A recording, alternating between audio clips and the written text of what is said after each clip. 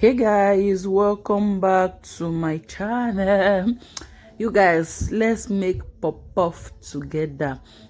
See, we all know it's difficult, mostly as mothers, to make puff at home because of the measurement and all that. So that's why I decided to use regular things, home stuff, to the normal things we use at home, so that this measurement will be understandable. So for the flour, I used 1 kg of flour. That's just it, just 1 kg of flour. So you can tell. For the sugar, I use our normal spoon.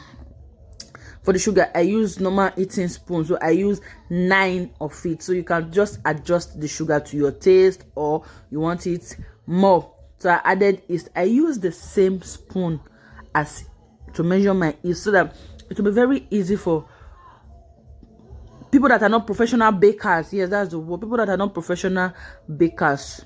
And I use warm milk. I will try to put it in the description below. In the description, because of the rubber, maybe you might not understand the measurements from the rubber. So I'll just put it in the description. So you guys, and let's make this puff. See, this puff, it was puffing. Like, it was actually puffing. So guys, just enjoy the puff. And I added water because after my milk don't finish, so I just add water. And I'm saying my milk finish, I know if you can go the way to put milk for microwave again, so I just added water to it. So you can also use only milk, you can also use water and milk together, or only water, but warm water, warm milk, not cold. And instantly, sharp, your puff will rise in 30 minutes to 40 minutes in under sun. Me, I put my own for under sun, so it go rise. Can you see how? Can you see? One secret about puff: let it not be too runny and let it not be too thick. Make it just the medium. Like your hand could just, you see the way they slap in life. You see the way they slap in life. Your hand could just easily slap it. So because baking they hard to do, mostly we as a mothers maybe say we be professional bakers and we just love to bake. So I just cover it. I'm not a professional baker, but I love to bake. I enjoy baking. So I just bake for my family. I don't really bake for commercial sake, but I just bake for my family. So I just love it because my children love sweet mouth. They love small chops, so I just love to do this. So on this day, they have been requesting for puff for like long time. So I just said, okay, let me grant it today. You see how my puff rise? You see, like even the rice, you see the rice, this thing no reach. The rubber why I use it too small, no reach. When I fry this thing see the rice. You can tell. The more I try, less the hair inside. The more the thing be like, they proof more, till they go up more. So you guys, our puff is almost done. It's almost ready. Save. Next up, I went ahead to heat some oil. So I put my oil for fire. Scoop that puff inside. You see the way they scooper like a pro. Obviously, I'm a pro. So puff is not that hard to make. It's just a very easy and something. This one be one for couple. You will say, wait, Nibo, I catch it. Nibo. So I just went ahead and just continue scooping. How to know that your oil is actually ready? You see, how to know that your oil is actually ready?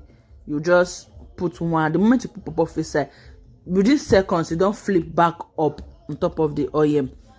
So that's it. Then the puff is actually ready. All you just need to do is to repeat the same process. All you need to do is to repeat the same process over and over and over again.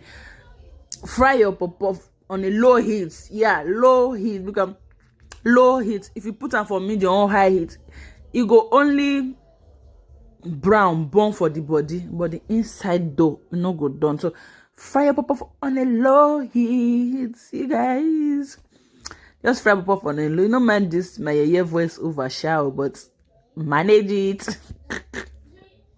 So just continue flipping. just be flipping it. See, you get your desire. Like this, that's what not even done. No, I just want to make it brown a bit more because it's already done like this. So that's it. It's very simple, easy to make. Puff not hard. The only hard part of puff that I think it is the measuring part.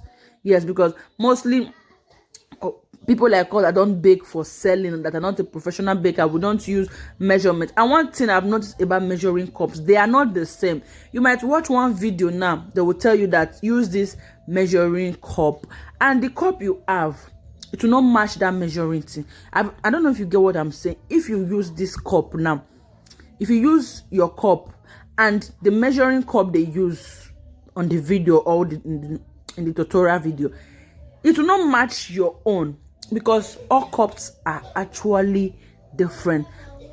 So you guys, if you enjoy watching this video, hit the subscribe button, give me a like and hit the subscribe button. So all you just have to do is to continue the same process over and over till your batter is actually finished.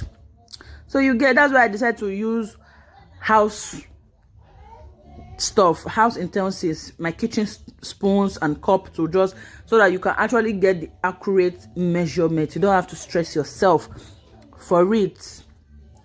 So thank you guys for watching, and if you watched to this moment, thank you very much. I really appreciate. But don't forget to hit the subscribe button. I mean, it's free now.